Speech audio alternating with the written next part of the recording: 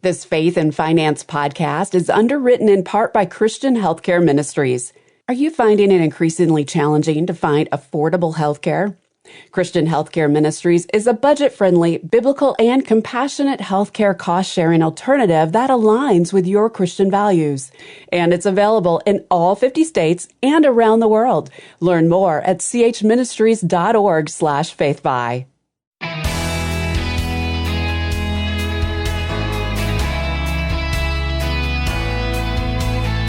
Let each one of you love his wife as himself, and let the wife see that she respects her husband. Ephesians 5:33. I am Rob West. Love and respect are often conveyed in the words that spouses choose to communicate. Those words can have a big impact on the marriage relationship. Kathleen Edelman joins us today to talk about choosing the right words for your spouse. And then we'll take your calls at 800-525-7000. That's 800-525-7000. This is Faith and Finance, biblical wisdom for your financial journey. Well, it's a pleasure to welcome back Kathleen Edelman. She's the author of the very popular book, I Said This, You Heard That, How Your Wiring Colors Your Communication. Kathleen, great to see you again. Great to see you, Rob. So excited about today. Well, I am as well. This is a very important topic, Yes. and I'm sure you won't be surprised that we get a ton of questions from people where communication is tripping them up. It surfaces around a money issue, but we know it's so much deeper than that, and you're going to help us understand that a bit more today. Kathleen, as you know, communication styles affect all manner of relationships, but we're talking specifically about couples today. So how do these different styles affect intimacy in the marriage relationship? Well, what's interesting, and I've done this for a long time, is what we find out is that communication styles are the key. So I said this, you heard that. It's the title of the book. Right. That's how it affects it. Right. I mean, in between what I say and what my spouse says, because he's a different temperament, there's a big gray area. So each temperament speaks its own language. And in order to become fluent in the other temperament languages, we have to apply it. And that's the only way we're going to reduce that gray area. Kathleen's going to unpack this today, and you're going to learn a lot, but you need to pick up a copy of this book, I Said This, You Heard That. That has the inventory that will help you understand your temperament that you can apply to all of this. Now, Kathleen, if we're not careful, we can fall into communication traps. So let's talk about some of those traps that are just so common and how we avoid them. Right out of the gate is assumption. You assume that another person speaks and understands your language. Well, that's not true. We each speak our own language, and we have to become fluent in that language, not staying in your strengths. If you are working out of your weaknesses, well, that's on you first. So one of the activities that I talk about in the book and I help my clients is, first and foremost, we have to ask, I have a tendency to be bossy, distracted, critical. What can I choose differently so that I first and foremost can stay in my strengths? Because what we know is most miscommunication is not intentional. You're just speaking a different language. Yes. And what we don't realize is that our words have incredible power, and that's really what you've dedicated your professional career to, isn't it? Absolutely. Ephesians 4:29. That's it. I love it. Now, listening skills are critical, and talking to myself here. So give us some help here. How do we improve our listening skills? Because when we can hone these in particular, boy, it really eases the tension, especially when we have disagreement. Well, this is a funny answer, but it's use them. It's funny because I have a stair step. You accept your temperament, you're aware of it, you apply it, and you become authentic, the person that God designed you to be. Where every single person has an issue is in application. So some of the key skills of listening to understand, power of the pause, not reacting to the what, but responding to the why. None of those are going to be skills unless they're used. So what I teach is everybody can just talk. I teach communication, which is the exchange of thoughts and emotions, but I even take it further, Rob. Art of communication. I want every word that comes out of your mouth to be a gift to the person that you're speaking to. Boy, That would be a game changer if Yeah, we could it get would. to that place. Yeah. And I don't think it needs to be too lofty. We need to pursue that. Now, it's bigger than just the words that come out of your mouth, though, because the nonverbal side of communication is equally as powerful. Absolutely. And even the nonverbal comes from the wiring of your temperament. Everything you do is motivated by that design that God gave you. So I'm reserved, you're spirited. Knowing that right out of the gate, we're going to be able to work with it. Wow. Kathleen Edelman's here today. We're helping you improve your communication in marriage. We're going to get to how your temperaments affect your money decisions and your marital communication as well. And then we're going to take your calls ahead, 800-525-7000. Back with Kathleen Edelman after this.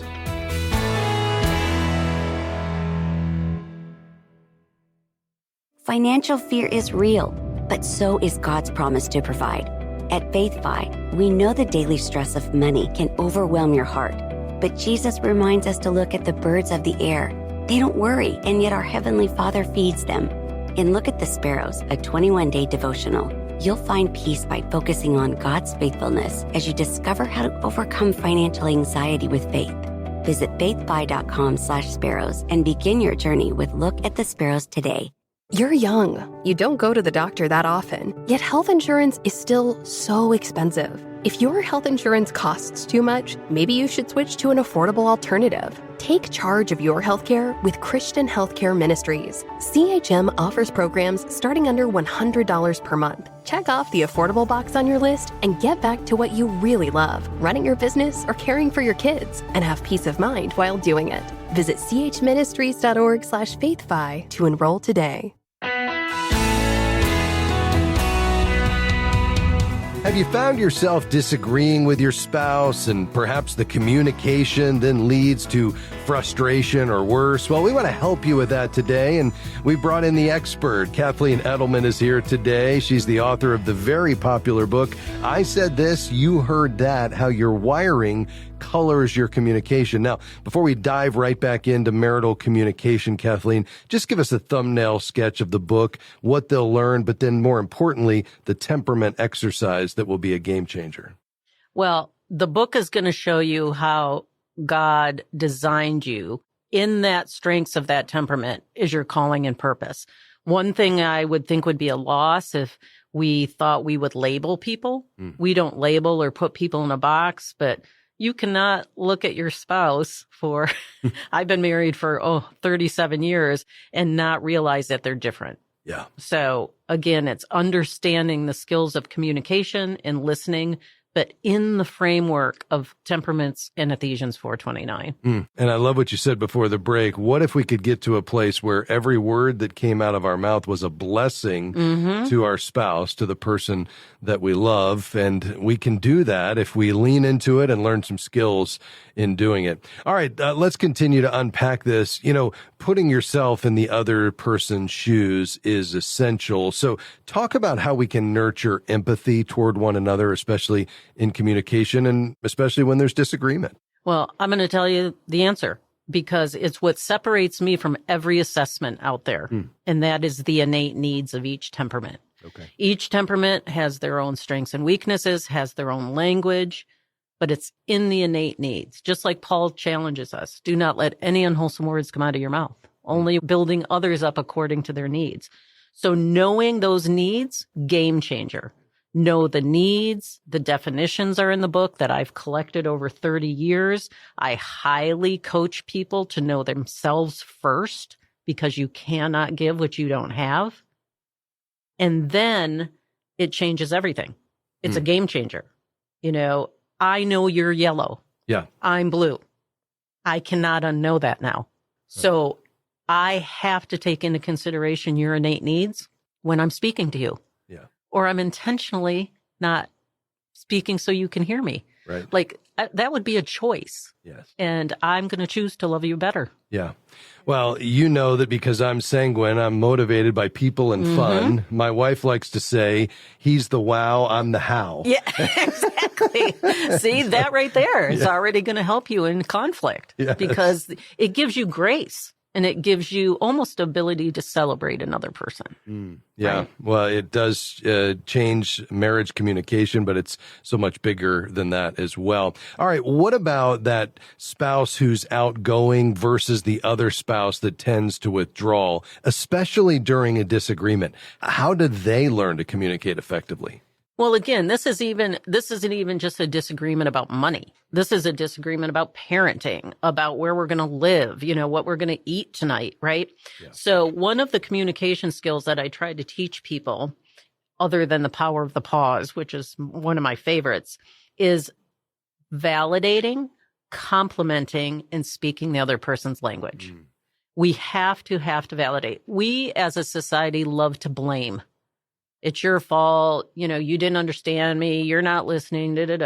Okay. That could be true, but it can be fixable. And the first thing we have to do is ask ourselves, again, an activity that I do with my clients is ask, what part did I play? Not you hurt my feelings or you offended me or you, It's what part did I play and what could I have said or done differently? Yeah. Keep the focus on yourself for sure. Well, as we know, Kathleen, a lot of marital disagreements are about money. So let's begin to apply this then to the money conversation.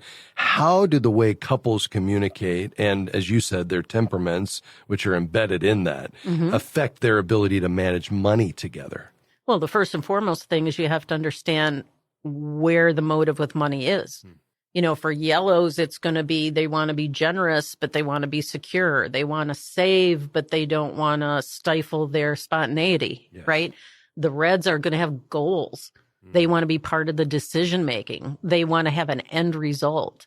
The blues are going to be financially scared of security. They're going to be like, if I give this much, am I going to be able to save this much, right? And then the greens are going to want balance. So they're going to want to balance savings, giving, all of that. So even knowing the motivation from each temperament should absolutely change every conversation. Yeah. Well, and it's that answer perhaps that you were looking for, because when you can't understand why your spouse is willing to spend money on that and you would rather save it every day of the week, that can lead to frustration unless you understand, wait a minute, that's how they're wired. And so I can look at this through that lens. It doesn't mean we don't need to each give, in some cases, but it does provide understanding. And that's the building block to getting to healthy communication. Absolutely. Yeah. I mean, we just have to. We have to take that pause. Now, spouses, of course, can grow apart over the years as they go through life changes. So how can they maintain this effective, positive communication to keep marriage strong later in life? You're going to love this answer. Because right in Scripture, God says, in marriage, there'll be trials. Okay, so right out of the gate, when you were at the altar, we knew that the good and the bad, right? What I tell people, though, is I want them to stay in dating mode. Like, when you were dating your wife, you threw the best of you on the table. You threw your strengths on the table. If I was to ask her right now, what are the two things of why Rob was the guy? She's probably going to say something like, he was fun. He was spontaneous, right? He made me laugh. We not only threw the best on the table, but we looked for the best in the other person. And then what happens is we get married. And then time goes by and we become content. And then guess what rears its head when you become content? Weaknesses. And as the weaknesses rear their head, then all of a sudden you start to change that person or want to change that person to be more like you. And then it's going to blow up. Then all of a sudden you're going down two different paths. So I really, really encourage people to go back to the time they were dating and stay in dating mode. That's really what's going to save a marriage, help with decisions, show a great example for your children, is if you can remember why. Why from the beginning. Kathleen, you've been doing this a long time, and so you've helped a lot of couples work through these issues. What's the big win on the other side of this if you're willing to invest the time to understand one another's temperaments? What's the win for the relationship? I think, Rob, it's when somebody says and knows they've gotten to that point of authenticity. because then it's freedom. Yeah. Now you're being exactly who God designed you to be. You're not trying to be anything else. You are showing up, and the words you're using are building others up according to their needs and benefiting all who listen. You know, there's over 120 verses on words in Scripture. And so when you get there into that authenticity, no longer are you looking side to side, but you're honoring God with your words. This has been so good. We're going to have you back, Kathleen, but I'm so thankful for your ministry, the work you've put into this, and for this great resource. Thanks for stopping by. Thank you. That was Kathleen Edelman, author of I Said This, You Heard That, How Your Wiring Colors Your Communication. You can pick up a copy wherever you buy books. All right, folks, your questions just around the corner, 800-525-7000. I'm Rob West, and you're listening to Faith and Finance. Still a lot more to come. Stay right here.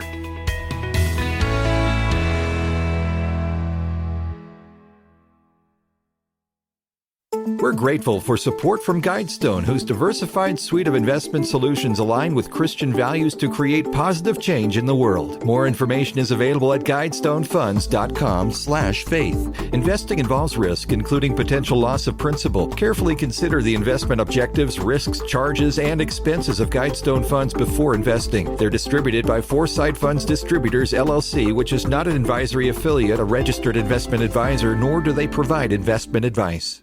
Do you feel like your hands are tied with debt, preventing you from serving God? If you have credit card debt, Christian credit counselors can help. Through our debt management program, we can get you out of credit card debt about 80% faster while honoring your debt in full. For more information on how Christian credit counselors can help, visit ChristianCreditCounselors.org. That's ChristianCreditCounselors.org, or call 800-557-1985. 800-557-1985.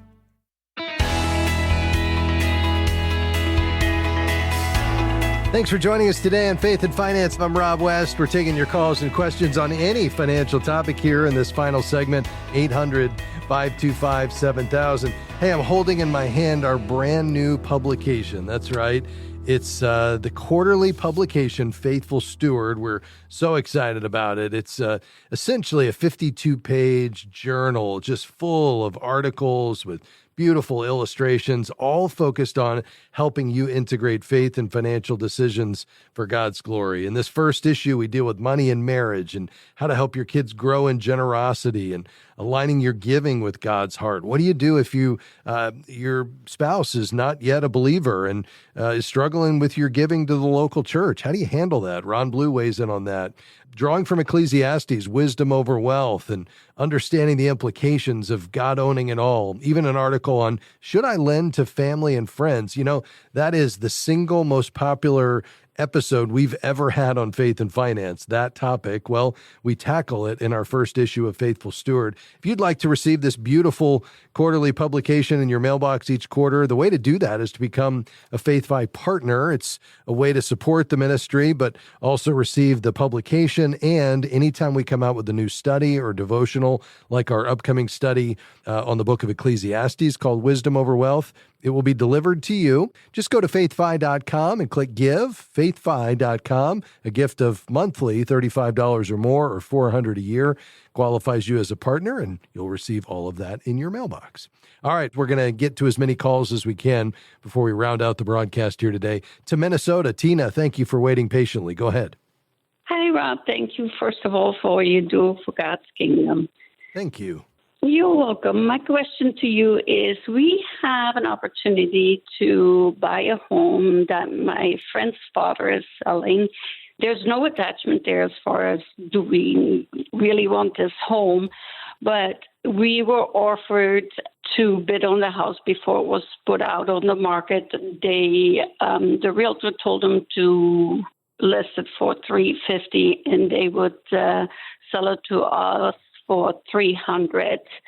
So my question to you is this anything that we should even look at this period in our lives? My husband is 65 and I'm 60. Yeah. What is your plan with it, Tina? I mean, obviously, it sounds like a good buy just at face value, because if the market value truly is $350,000 and you can justify that based on the comparable sales, and they're going to, sell it to you at a discount, essentially maybe an 84% of market, or 85, so you're getting 15% off. That's a good deal. And then would you just turn around and sell it for full market value? Would you hang on to it and rent it? What are you thinking? Well, it is a lake home. It is on a small lake. So we were actually thinking, and we're not out of this yet, to do it as a rental, because our home here in Minnesota is paid off. Another cost that we have to take in consideration is we also have a home in Florida. However, that is rented out. So there is always that possibility of, if the renters stay, great. If they don't, they just renew the lease for another year. So, but those are all questions we have. Yeah. No, I understand. Well, I'm glad to hear this wouldn't be your first rodeo. You've been a landlord before. How close is this property to where you live right now? It's an hour drive. Okay. So it's not, right down the street, but it's not, 3 states away. So that's good. You could keep tabs on it and, check it out and cover maintenance issues and things like that. Talk to me about just your financial readiness for this. How much would you put down? How much would you finance? And how easily could you absorb that monthly payment if you didn't have a renter? Right now, we have liquidated cash for, I would say, probably about 150. Okay. And then for the rest, we would get a loan. Okay. And would that leave you still plenty of liquid savings, emergency funds? The emergency funds would stay in place, yes. Okay. And the 150, would you have to sell stocks, or where is this money today? No, this is with our financial guy. Okay, but is it in a money market or something, or is it invested? It is. How is it? I think it's called a fancy savings account. So it is. Okay. It is money we've already paid taxes on. Yeah, and you wouldn't have to pay any capital gains because it's not in stocks and bonds. It's probably just earning interest. So that sounds good. I like the 50% loan to value. I love putting this money to work where it's not only in an asset that's growing, because that home hopefully would appreciate, and I like the fact that it's on lakefront. But secondly, you'd also now be generating an income, which is probably, what I would expect it to be more than you're generating right now. What about just monthly expenses and cash flow? It sounds like you have plenty to cover the debt service even without a renter? Yes. Okay. My husband would have to cut back a little bit on spending, but yeah. Okay, got it. Well, I think you're checking all the boxes here. I mean, I want, first of all, you all to have spousal unity on this. I don't think it's a problem to take on a mortgage at 65. That doesn't concern me. So long as you've got the ability to cover the debt service, sounds like you do. You may not even have to come out of pocket if you get, if we stay in a good economy and you keep it rented. You've done this before. It's not too far away. You're getting a great buy, which means even with the expenses related to buying and selling it, if you ever decided, hey, this property isn't performing like we want, or, it's just too much hassle, I suspect you could get out and break even because you're getting the 15% discount going in. So as long as you guys are on the same page about this, I feel like this is a good thing for the next maybe 10 years or so until you're ready to be more passive in your investing. Okay. Well, thank you so much, Rob. I really appreciate it. I will talk to my husband about all of this, and we definitely will make that decision together because we do want to be in God's will in all we do. Well, I love that, and thanks for saying that. What an encouragement to our listeners today that y'all are seeking the Lord, you're coming together to talk it through and seek unity in this decision. That's absolutely the right way to approach it. God bless you, Tina. Thanks for your kind remarks about the program. Well, that's going to do it for us. Before we go, let me remind you to check out the FaithFi app on our website at faithfi.com. It's the best money management app out there to get godly counsel, great content rooted in in Scripture, but also what I believe is the very best money management system as well.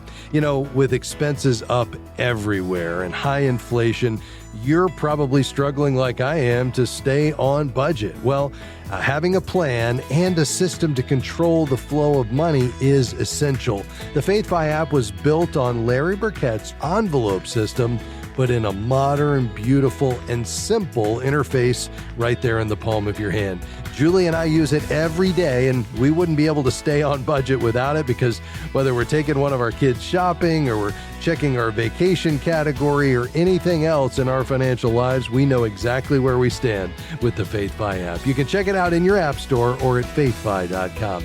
On behalf of our team here at FaithFi, thanks for being along with us. Come back and join us next time. May God bless you. Faith and Finance is provided by FaithFi and listeners like you.